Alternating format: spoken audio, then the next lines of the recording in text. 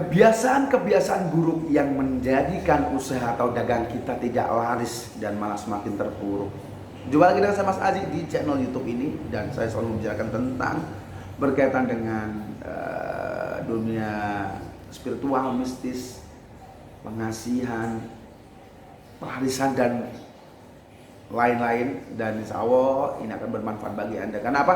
Kadang ketika logika tidak kuat, spiritual menjadi solusi begitu. Dan kebiasaan-kebiasaan buruk seperti orang yang dagang. Jadi banyak, pasti Anda pernah lihat ada orang yang melakukan usaha atau dagang itu hanya seumur jagung. Tiba-tiba dia buat usaha nih. Kadang ada warung-warung kecil itu depan rumah, di di teras, itu hanya sumur jagung gitu, sumur jagung, tiba-tiba tidak jualan nanti. Ada yang sudah punya toko yang lumayan, kemudian hanya hitungan tahun berhenti.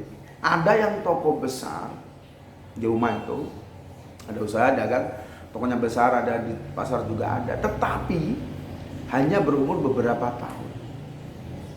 Itu pasti ada permasalahannya di situ. Itu pasti ada permasalahannya. Mari kita korek ya, mari kita ulik apa saja penyebabnya. Jadi saya di sini akan menyampaikan beberapa hal yang menjadikan usaha itu sepi pembeli, tidak lancar, dan justru malah bangkrut. Begitu. Yang pertama adalah tidak menabung. Orang yang mempunyai dagang ini tidak menabung. Jadi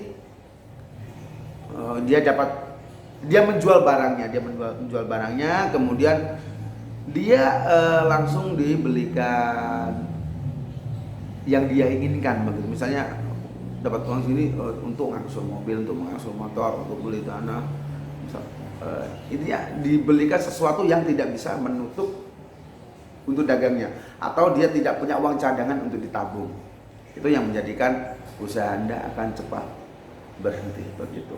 Jadi pada intinya Anda harus dagang itu harus Anda punya tabungan. Jadi ini jual ini nanti hasilnya segini, berapa persen harus ditabung begitu. Jadi untuk cadangan hidup Anda dan untuk cadangan usaha Anda. Jadi barangkali tabungan itu nanti bisa untuk memperluas atau memperlebar tempat Anda atau membuka cabang di tempat mana begitu. Intinya Anda harus memikirkan tabungan. Yang dipikirkan itu hanya uang-uang besar, tidak memikirkan uang recehan, maksudnya uang dalam nilai kecil begitu.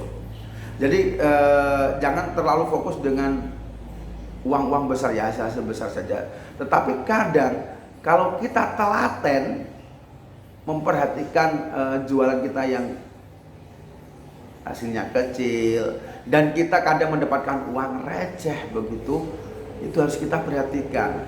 Lambat laun semakin receh kita, banyak juga pemasukan kita terhitung banyak untuk kita tabung dan bisa kita kumpulkan, bisa kita manfaatkan nanti. Intinya jangan fokus pada uang yang besar atau nilai-nilai yang besar, karena apa ya, tidak melulu kita akan mendapatkan uang yang besar terus, tetapi kita harus juga memikirkan uang yang bernilai kecil. Recehan itu juga penting. Semakin sedikit yang kita pikirkan, maka akan sedikit. Tetapi kalau kita berpikir telaten dengan uang kecil, insya Allah semakin banyak recehan kita yang bernilai kecil ini, semakin banyak dan banyak kita tabung, terkumpul, dan kita mempunyai nilai yang besar. Uang recehan itu akan bernilai besar nanti. Berikutnya adalah tidak membuat proyek laba rugi. Jadi Anda harus benar-benar mencatat nih. Jadi setiap hari Anda harus mencatat, ini jualan hari ini sekian, jualan hari ini sekian. Biasanya saya dapat untung segini, biasanya saya dapat untung segini. Oh, ini tiba-tiba hari ini minggu ke ini kok penjualan merosot, kok pasti ada sesuatu itu. Jadi ketika Anda sering mencatat, menganalisa untung rugi, insya Allah nanti Anda akan lebih berpikir bagaimana cara mendongkrak omset jualan Anda, dan pasti nanti Anda akan belajar. Jadi bagaimana caranya? Belajar banyak sekali di dunia internet, itu banyak sekali cara untuk berjualan supaya laris itu banyak sekali begitu. Jadi mencatat proyek laba rugi itu penting. Niat untuk memajukan, jangan gak usah lah, yang penting laku, bisa makan, jangan begitu. Nanti kamu stagnan. begitu. Telat bayar tagihan, jadi memang tidak bisa dipungkiri ya, ketika orang membuka usaha, membuka dagang, apapun itu pasti tidak jauh yang namanya umumnya itu modalnya itu dari meminjam dari ini ada ya, pinjaman dari bank dengan bunga kecil, saya tidak bisa menyebutkan namanya. Pinjaman dari bank itu sebaiknya Anda harus benar-benar mempersiapkan. Anda sisihkan nanti untuk bayar tagihan, misalnya tagihan pinjaman modal, misalnya Anda punya kendaraan,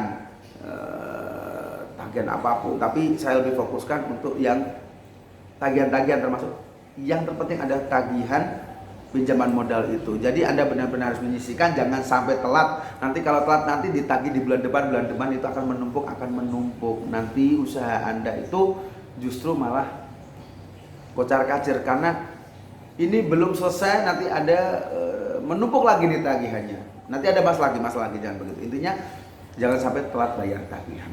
Dan yang berikutnya adalah mencampur adukan urusan bisnis dan urusan pribadi. Ketika Anda memang sudah fokus pada jualan misal Anda jualan online atau jualan toko di rumah atau jualan apapun, Anda harus benar-benar fokus dalam bidang Anda harus profesional dalam bidang itu.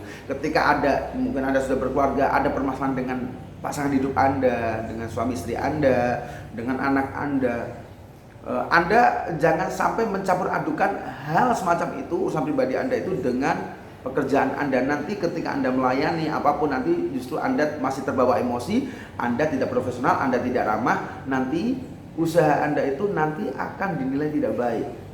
Ada emosi nih, ada orang mau beli, Anda masih emosi, Anda melayani, itu nanti tidak baik.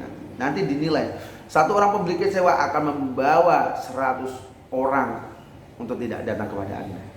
Begitu. Jadi kalau bisa memang profesional, usahakan profesional.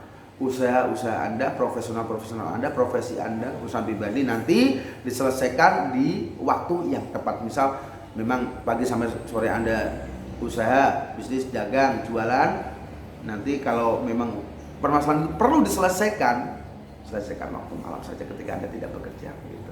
Tidak melek teknologi ya, dalam arti memang tidak bisa dipungkiri orang dengan generasi setelah saya, sebelum saya, orang-orang tua kita lah, memang secara teknologi mereka 70% tidak melek, karena dunia mereka itu waktu mudanya memang tidak berkaitan dengan teknologi, hampir tidak ada gadget, maksud saya begitu. Tidak ada, ya ada internet tapi belum masuk sini. Dan ini di zaman modern, generasi kita itu yang memang punya usaha atau dagang, usahakan melek teknologi. Dan teknologi itu banyak sekali di situ, ilmu-ilmu cara dagang, ilmu-ilmu cara berjualan dengan baik, dengan supaya usahanya laris, untung banyak dan lain-lain. Itu banyak sekali metodenya.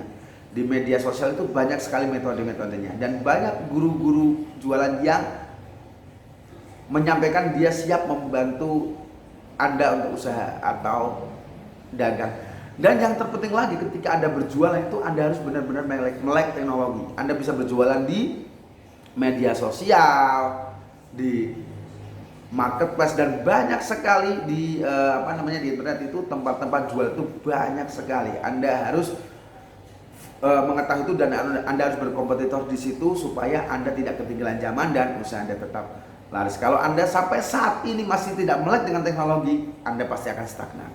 Oke, begitu. Cukup itu yang saya sampaikan, semoga ini bermanfaat dan semoga jualan Anda tetap laris dan untung banyak, dan Anda menjadi pribadi yang sehat dan selalu menyenangkan bagi sesama.